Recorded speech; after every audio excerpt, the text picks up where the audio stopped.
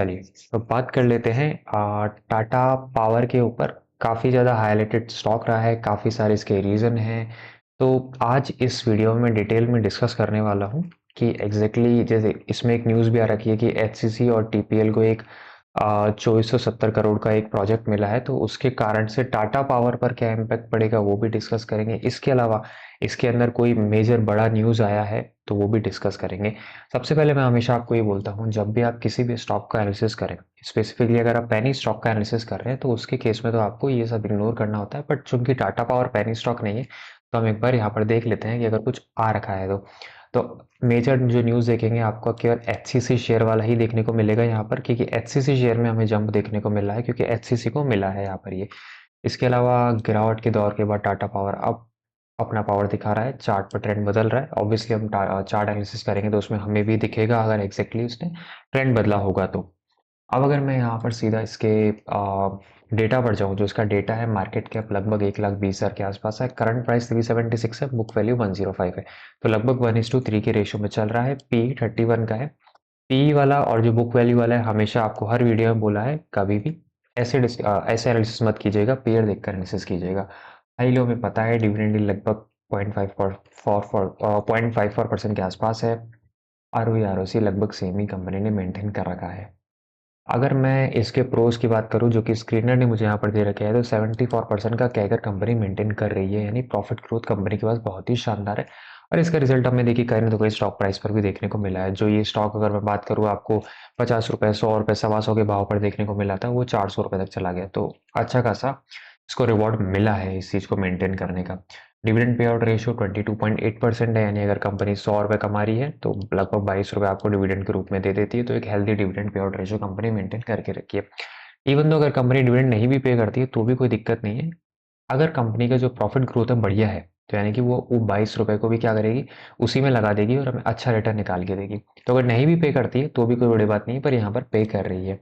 Stock trading कर रही है 3.5% और कंपनी का रिटर्न ऑन इक्विटी कम है, जैसा कि मैंने आपको ऊपर डिस्कस करा था। यानी जो कैगर तो बहुत शानदार है, लेकिन इक्विटी के कंपेयर में जो उसका रिटर्न है वो काफ़ी ज़्यादा कम है, 11.2% पर है। पेयर की मैं बात कर लूँ तो NTPC, power grid, Adani Adani Adani का मैं डिस्कस नहीं करूंगा क्योंकि अडानी ग्रीन के केस में आप ऑब्वियसली जानते हैं इसका पे हमेशा से हाई रहता है। टाटा पावर 31 और अडानी एनर्जी, जेएसडब्ल्यू एनर्जी, तो आप देखेंगे लगभग इस सेक्टर का जो पी है 15 से 20 के आसपास है, जो टॉप 3 कंपनी है। और उसके बाद ये थोड़ा बहुत बढ़ना स्टार्ट हो जाता है। तो ये टॉप की कंपनी तो मैंने यहाँ नहीं बोलूंगा क्योंकि मार्केट कैप में भी कंपनी नीचे है, पीई में भी इसको अपन ने ज़्यादा वैल्यू कर रखा है। इससे बढ़िया कंपनी आपकी एनटीपीसी, पावर ग्रिड और अडानी पावर है when it comes to the market cap and when it comes to the PE. Quarter result की अगर मैं बात करूँ तो यहाँ पर अगर आप सेल्स देखेंगे तो मुझे यहाँ पर 15,000, लगभग 15,000 का ही नंबर देखने को मिल रहा है। बीच में थोड़ा बहुत बढ़ा था 17,000। उसके अलावा मेरे को यहाँ पर 15,000 का नंबर ही लगभग देखने को मिला। तो सेल्स में इतनी ज़्यादा ग्रोथ यहाँ देखने को नहीं मिली है। प्रॉफिट बिफोर टैक्स की बात करूँ तो लगभग इन्होंने मेंटेन कर रखा है 30 to 32%। यहाँ बीच में जब सेल्स बढ़ी थी उस टाइम इनका प्रॉफिट काफ़ी ज़्यादा लो हो गया था। इसके अलावा अगर मैं बात करूँ यहाँ पर पिछले क्वार्टर की, तो 18% का इन्होंने पीबीटी यहाँ पर मेंटेन कर रखा है। अदर इनकम का जो पोर्शन है वो कम है, दैट्स गुड अगर आपका अदर इनकम का पोर्शन कम है, क्योंकि अदर इनकम एक ऐसी चीज़ होती है आप उसको रिपीट नहीं कर पाते। अगर आप कर पाते हैं रिपीट तो बहुत बढ़िया है, अगर नहीं कर पाते तो उसके केस में थोड़ा प्रॉब्लम हो जाता है। पीएनएल अगर ओवरऑल बात करूँ तो 61,000, 64,000, तो थोड़ा बहुत ग्रोथ देखने को मिला है, ज़्यादा ग्रोथ नहीं देखने को मिला है यहाँ पर। सीधा बैलेंस शीट पर आता हूँ तो सीधा बैलेंस शीट पर आप देखेंगे तो 33,000 करोड़ के इनके पास रिजर्व है, लेकिन at the same time company के पास लगभग लगभग 1,10,000 करोड़ की लाइबिलिटीज है। बोरिंग की मैं बात करूँ, जो लॉन्ग टर्म बोरिंग में इन्होंने डाल रखा है 58,000, और उसके अलावा अदर करंट लाइबिलिटी 53,000 है। ऑल दो अदर करंट लाइबिलिटीज के सामने आपके पास अदर असेट भी है 45,000, आपके पास इन्वेस्टमेंट भी है आपके पास। इसके अलावा फिक्स असेट भी 70,000 करोड़ का। अब ये जो बोरिंग का पोर्शन होता है, जब भी हम किसी स्टॉक में डिस्कस करते हैं तो ये एक पेन पॉइंट होता है कि कंपनी के पास काफ़ी ज़्यादा बोरिंग है, तो ये रिस्की हो सकता है। लेकिन इसके अंदर अगर मैं इंटरेस्टिंग फैक्ट की बात करूं तो अपन सीधा चलते हैं यहाँ पर एनटीपीसी पर, उसके बाद अपन चलते हैं पावर ग्रिड पर। अब मैं आपको एनटीपीसी दिखाता हूँ। एनटीपीसी की अगर आप बैलेंस शीट देखेंगे तो यहाँ पर मुझे बोरिंग देखने को मिल रही है लगभग 2,42,000 की। ठीक है, 2,42,000 करोड़। और इसकी मार्केट कैप कितनी है, 3,35,000 के आसपास लगभग। मार्केट कैप के रेशियो में बात करूँ तो 70 से 80% का बोरिंग है। पावर ग्रिड की मैं बात करूँ 2,68,000 की मार्केट कैप है। और अगर मैं इसकी बोरिंग की बात करूँ नीचे जाकर, तो यहाँ पर भी मुझे बोरिंग देखने को मिल रही है 1,22,000 प्लस 40,000 अदर लाइबिलिटीज के रूप में। तो आप ये चीज़ देखेंगे जो भी पावर सेक्टर की कंपनी होती है, उन पावर सेक्टर की कंपनी में लगभग बोरिंग होती है। अब बोरिंग होने का रीज़न क्या होता है? क्योंकि इनको हैवी इन्वेस्ट करना पड़ता है। फिक्स कैपिटल में या जो पावर प्लांट होते हैं, उनमें काफ़ी ज़्यादा हैवी इन्वेस्टमेंट करना पड़ता है। इसके कारण पावर की कंपनियों में आपको स्पेसिफिकली बोरिंग बहुत ज़्यादा देखने को मिलती है। क्योंकि अगर आप देखेंगे 1,22,000 का यहाँ पर मुझे बोरिंग देखने को मिल रहा है, तो सामने सामने आप देखें फिक्स एसेट 1,74,000 की है। तो इन्होंने लगभग हम कह सकते हैं इसको देखकर डिटेल में देखिए, डिटेल में मैं भी नहीं जा रहा हूँ। पर इसको देखकर हम ये कह सकते हैं कि यहाँ पर वो जो पैसा है वो फिक्स सेट में लगा है। तो बोरोइंग को मैं यहाँ पर इतना मेजर पॉइंट नहीं मानता हूँ टाटा पावर के केस में। ओके। आगे बढ़ने से पहले एक बार आइसर मोटर का चार्ट देख लेते हैं, क्योंकि इसमें मॉर्निंग हमने अलर्ट सेट करा हुआ था। तो एक बार फटाफट से इस चार्ट को देख लेते हैं। ठीक है। अब आप देखेंगे तो यहाँ पर फाइनली प्राइस एक्शन बनता हुआ देखने को मिल रहा है मुझे अपना अ, बजाज ऑटो और हीरो मोटोकप के बाद, जो दोनों ही लगभग मुझे 1:2 मिल चुका है दोनों ही ट्रेड में।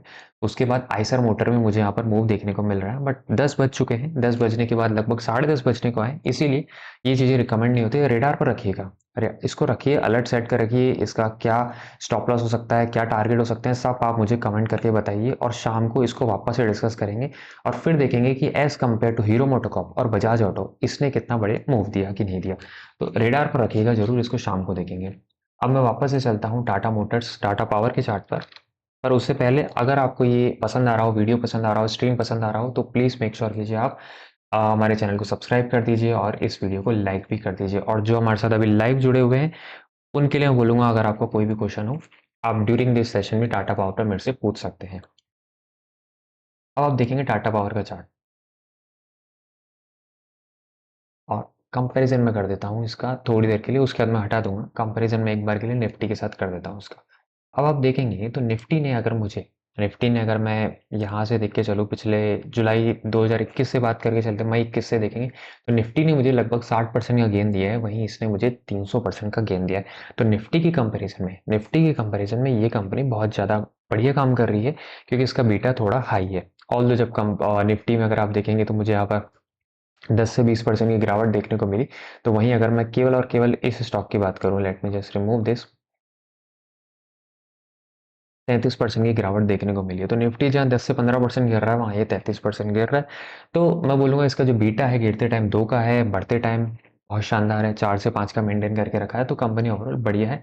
जैसा कि इससे पहले मैंने एक और स्टॉक डिस्कस करा था, आई गेस वीबीएल डिस्कस करा था, उसमें मैंने आपको यही चीज़ बोली थी।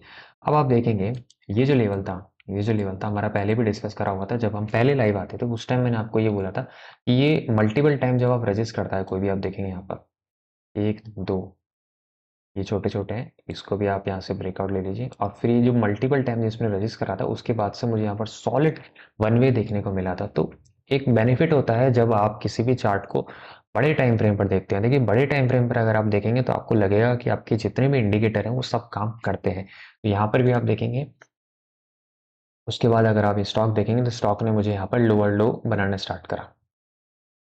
कोई भी इजीली यहाँ पर प्रिडिक्ट कर सकता था ये आपका स्टॉप लॉस हो सकता था और इसको यहाँ पर शॉर्ट कर सकता था। बट अगेन ये काफ़ी ज़्यादा रिस्की होती है एक्चुअल में करना और बोलना। देखिए एक्चुअल में करना अलग बात होती है, बोलना अलग बात होती है, क्योंकि अभी मेरे सामने यहाँ पर डेटा है। अब यहाँ से स्टॉक ने थोड़ा बहुत वापस से एक रेंज में आना स्टार्ट कर दिया है। क्यों आना स्टार्ट कर दिया? क्योंकि आपको निफ्टी पता है, निफ्टी हमें ऐसे रिकवरी दिखा रहा है।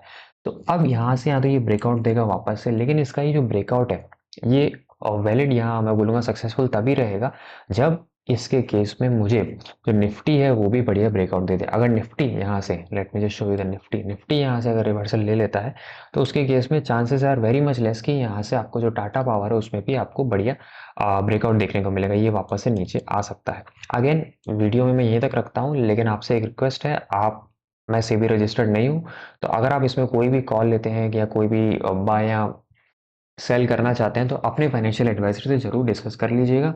और जाते जाते मैं ये बोलूँगा, तो वो न्यूज़ आई थी एचसीसी वाली, उसका इस पर्टिकुलर स्टॉक पर इतना ज़्यादा इम्पैक्ट नहीं है, तो उस चीज़ों को आप इग्नोर कीजिए। और अगर ये वीडियो पसंद आती है देन प्लीज़ मेक श्योर कीजिए, हमें लाइक और सब्सक्राइब भी करके जाइए। Thank you very much.